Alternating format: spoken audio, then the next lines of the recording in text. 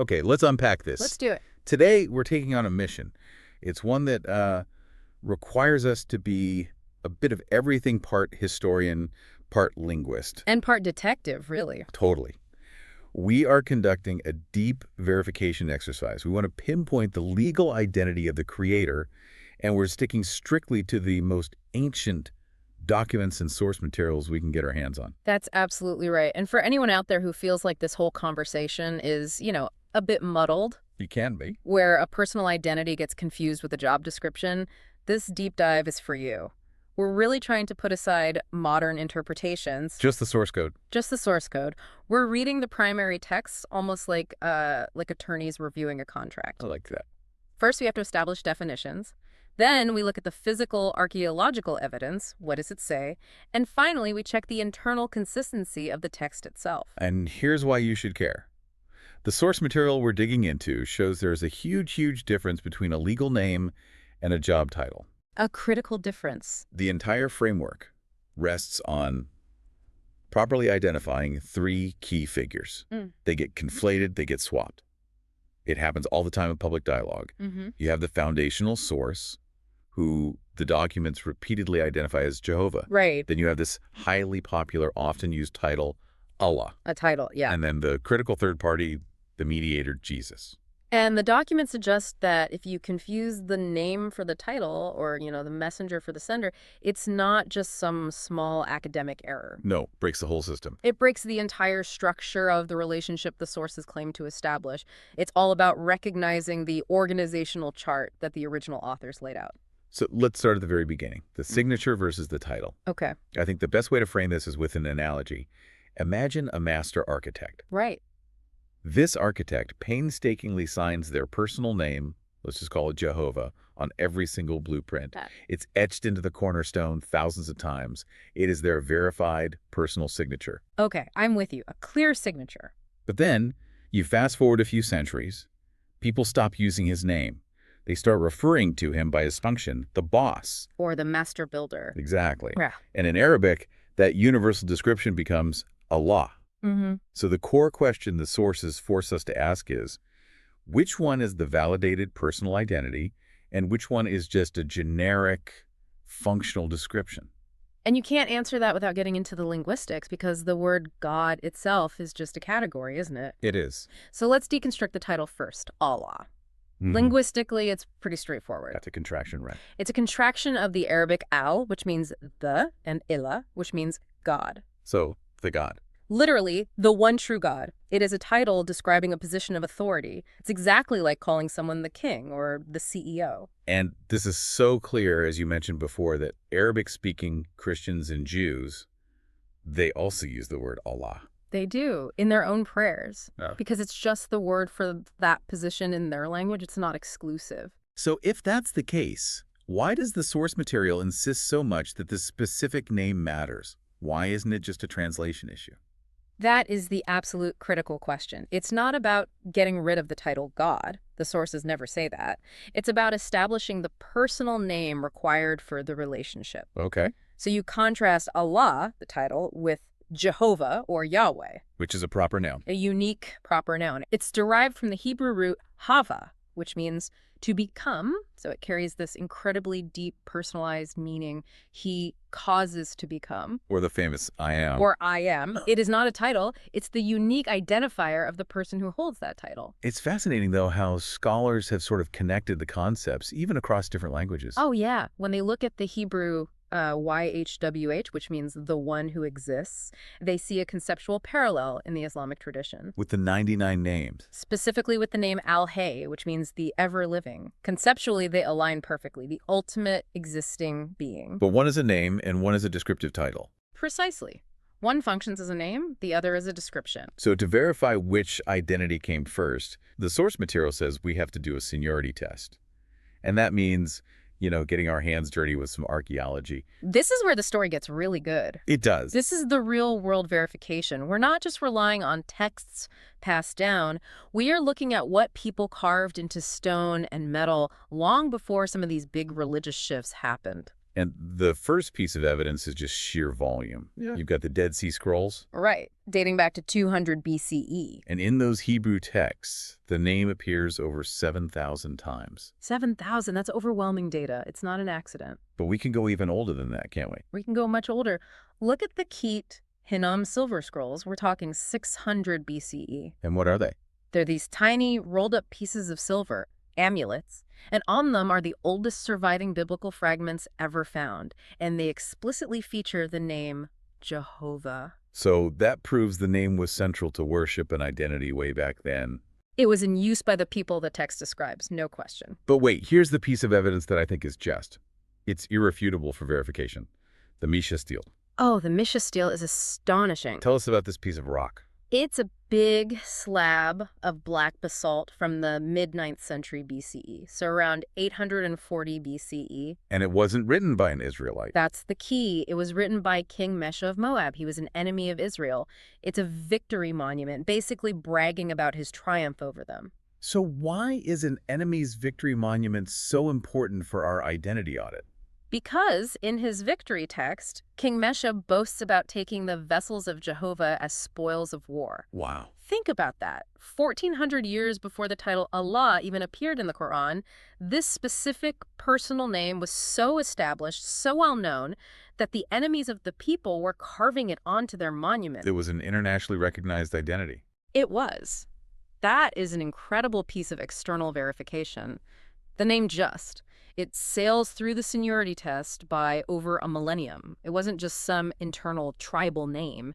It was part of the geopolitical landscape. And according to the documents, this seniority comes with a mandate, right? Yeah. The name isn't optional. Exactly. In Exodus 3.15, the documents state that Jehovah declared this is his name forever, a memorial from generation to generation. The argument being? The argument is simple. If the owner says the name is permanent, no one else has the authority to retire it or replace it. Does the source material give any reason why people would even try to swap it out? Yes, and it points to what it calls a chilling historical pattern. Jeremiah 23.27 gives this direct warning about people trying to make the public forget God's name by replacing it with a title. Yeah, it gives an example. It specifically compares it to the error of using Baal, which just meant master or lord. The documents insist that replacing the personal name Jehovah with the generic title, the God, is just repeating that same historical error. That reframes the entire discussion. It's not a grammatical issue anymore. It's about loyalty and data integrity. Precisely. And for anyone focused on the so what, the application of all this, the source material ties this directly to how salvation is achieved. Okay. Both Joel 2.32 and Romans 10.13 state that salvation is conditional. It depends on calling on the specific name of Jehovah. It says it's not enough to call on a generic title. It requires using the unique signature. Here's where it gets really interesting. Mm-hmm.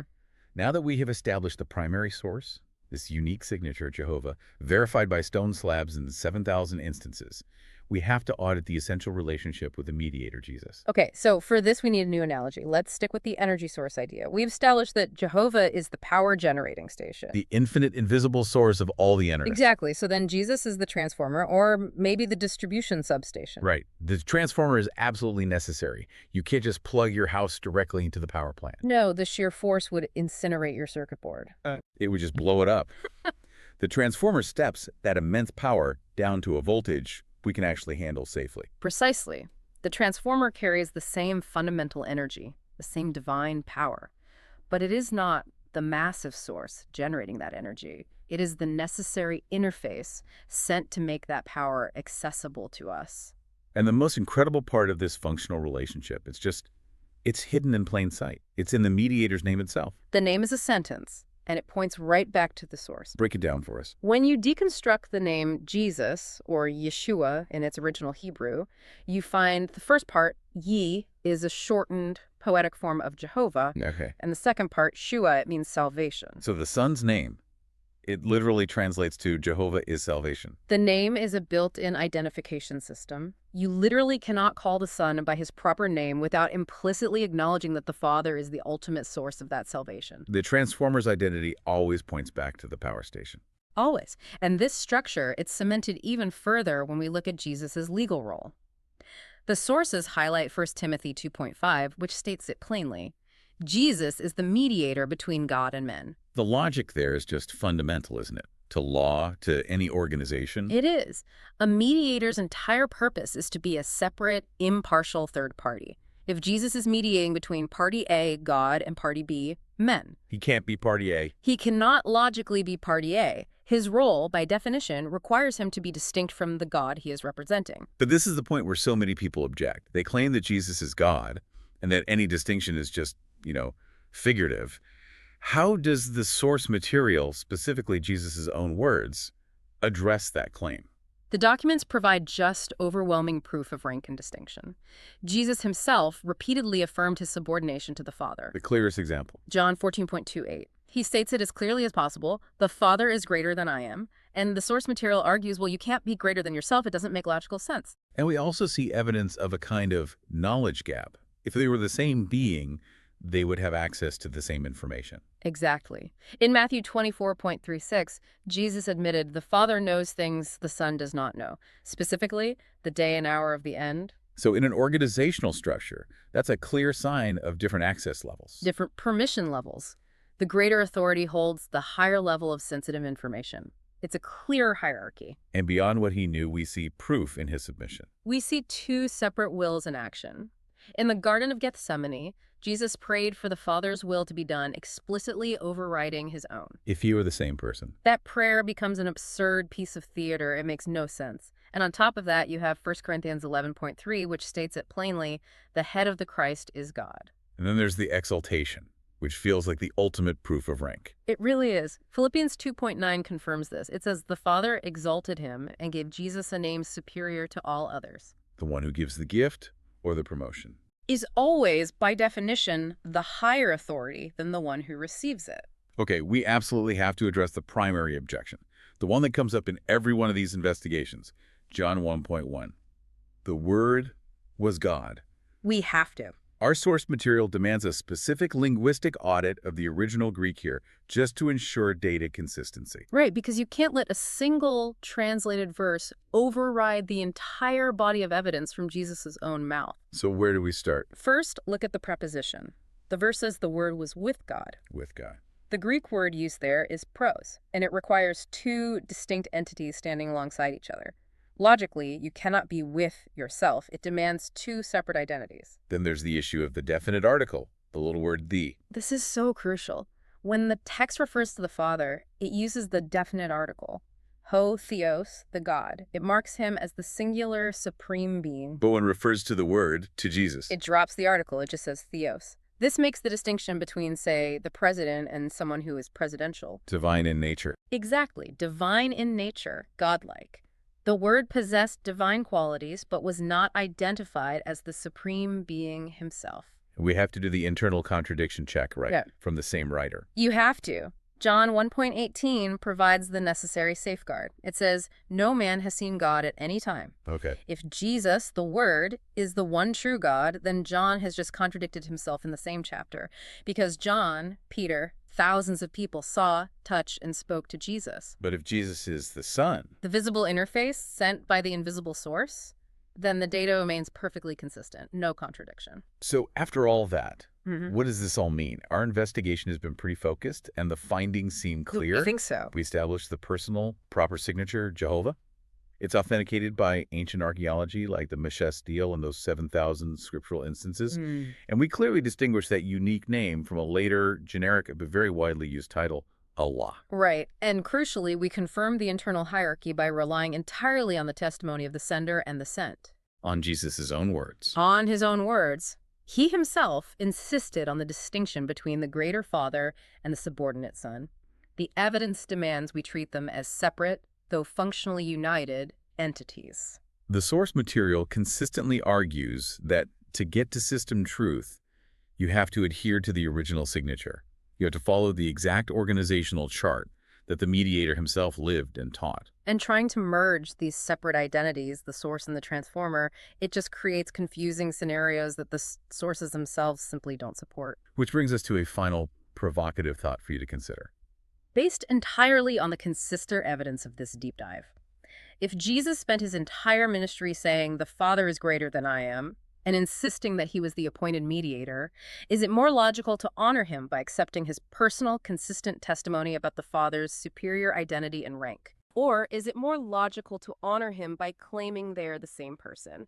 A claim that would force us to interpret his entire life, especially that desperate prayer in the Garden of Gethsemane, as an inexplicable and confusing performance where God was only pretending to submit his will to himself. That is the consistency choice presented by the documents.